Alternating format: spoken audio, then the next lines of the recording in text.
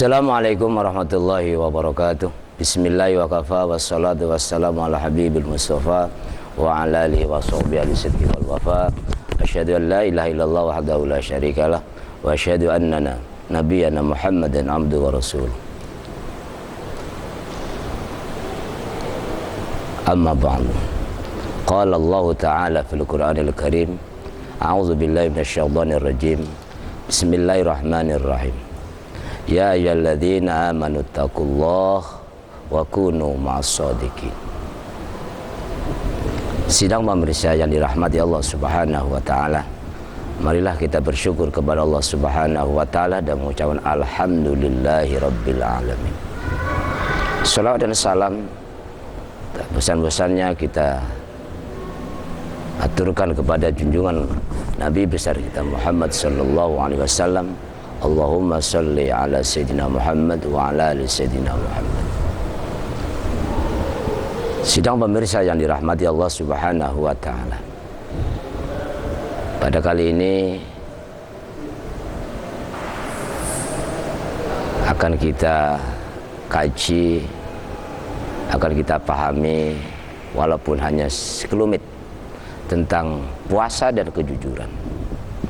Puasa dan kejujuran.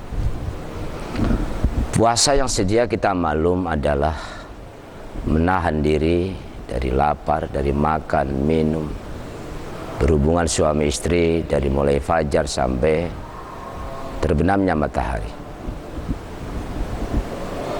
Jujur tentunya divisi yang kita maklumi adalah menyampaikan apa adanya. Sidang pemirsa yang dirahmati Allah Subhanahu wa taala, jujur dalam bahasa Arab sidqun. Bahkan Nabi besar Muhammad sallallahu alaihi wasallam punya sifat yaitu sidik, artinya jujur.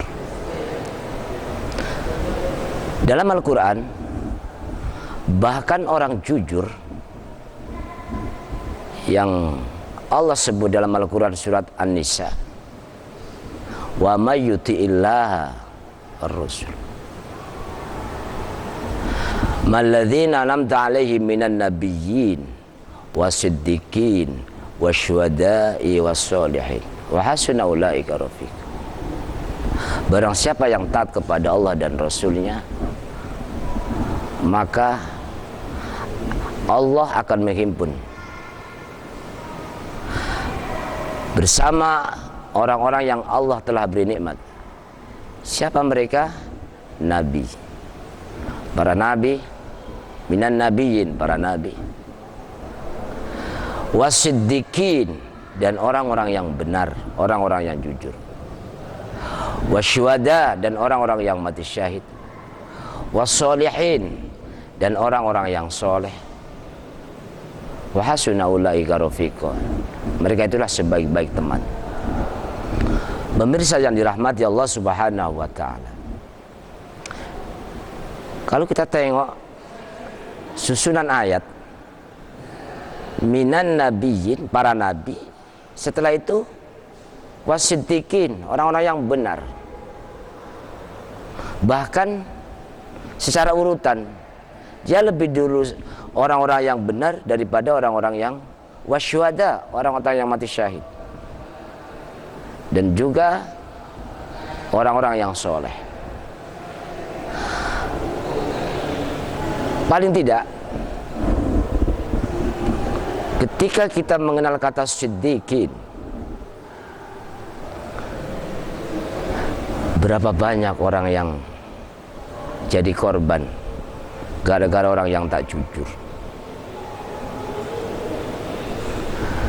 Sampai-sampai baginda Rasulullah sallallahu alaihi wasallam dalam peristiwa perang, ada orang yang dirinya merasa ikut berperang, kemudian tewas, meninggal. Setelah dicek,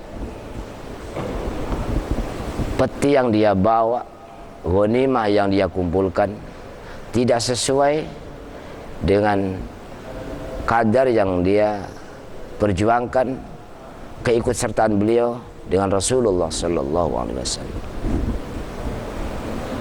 Dalam sebuah riwayat, baru ikut perang 2 hari, tahu-tahu setelah meninggal petinya dicek, banyak timbunan emas. Ketika dikabarkan kepada Rasulullah Sallallahu Alaihi Wasallam, ternyata Rasulullah tidak mau menyolati jenazahnya. Kenapa? Karena ia menyembunyikan harta rampasan yang tidak sesuai dengan ukuran. Kalaulah kita mengacu kepada riwayat ini, berapa banyak di antara kita baru beberapa hari, baru beberapa bulan, baru beberapa tahun bekerja, tahu-tahu mendapatkan hasil yang kadang-kadang tidak sesuai dengan hasil yang sebenar-benarnya dia dapatkan. Artinya dia mendapatkan segala macam cara karena ketidakjujuran itu. Sidang pemirsa yang dirahmati Allah Subhanahu wa Ta'ala, berapa banyak orang yang sengsara karena dikorbankan oleh orang-orang yang tidak jujur. Baik itu jujur lisannya, jujur amalannya, dan tentunya kalau menyangkut masalah keduniaan, harta, berapa banyak orang yang dikorbankan, akhirnya mereka tidak mendapat hak yang sebenarnya dia mendapatkannya. Kenapa mereka tidak mendapatkannya? Karena ulahnya orang-orang yang tidak jujur. Oleh sebab itu, pemirsa yang dirahmati Allah Subhanahu wa Ta'ala, mudah-mudahan puasa yang kita jalani bukan saja sebagai rutinitas setiap tahun, tetapi sebagai gambaran, sebagai usaha. Jangan kita jujur ketika puasa, tapi ternyata amalan kita, kehidupan kita, ucapan kita ternyata tidak jujur. Kalau cuma tidak jujur, orang lain tidak mendapat. Betapa banyak dengan ketidakjujurannya ratusan orang, ribuan orang, bahkan jutaan orang menjadi korban karena perbuatan dia yang tidak jujur. Marilah kita jujur dalam syahadat, asyhadu an la ilaha illallah wa asyhadu anna muhammadar rasulullah. Orang yang paling mendapat siksa yang sangat dahsyat, yang paling dilaknat dalam hidup adalah orang yang tidak mau bersyahadat, karena dia tidak mau jujur mengakui Allah Subhanahu wa Ta'ala sebagai Tuhannya dan Nabi Muhammad sebagai Rasulnya. Yang kedua tentunya orang yang tidak mau sholat, karena dia tidak mau jujur terhadap agamanya dengan tidak melaksanakan sholat alias meninggalkan sholat khususnya 5 waktu. Begitu juga alangkah sedihnya ketika kita orang Islam tidak jujur karena tidak melaksanakan puasa Ramadan. Begitu juga selanjutnya alangkah sedihnya ketika ada orang Islam tidak menunaikan zakat fitrah. Dia tidak jujur pada dirinya. Apalagi orang-orang yang dikiranya mampu untuk mengeluarkan sedekah, untuk mengeluarkan zakat, baik itu zakat fitrah, zakat mal, tapi dia tidak menunaikannya. Alangkah sedihnya ketika dia tidak menjalankan itu. Dan tentunya rukun Islam yang terakhir adalah haji. Yang mampu tentunya sudah kewajiban haji. Alangkah sedihnya ketika dia mampu puasa tetapi tidak jujur ketika melaksanakan ibadah-ibadah yang lain seperti sholat, seperti zakat, seperti haji. Mudah-mudahan Allah Subhanahu wa taala senantiasa menjadikan kita orang-orang yang benar, yaitu di dalam bahasa Al-Quran siddiqin, orang-orang yang benar-benar jujur.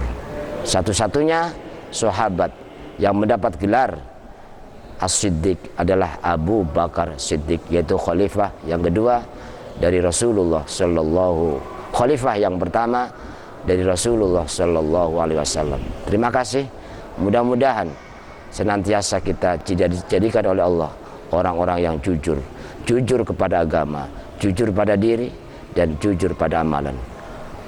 Wallahul muwaffiq ila aqwamit thoriq. Wassalamualaikum warahmatullahi wabarakatuh.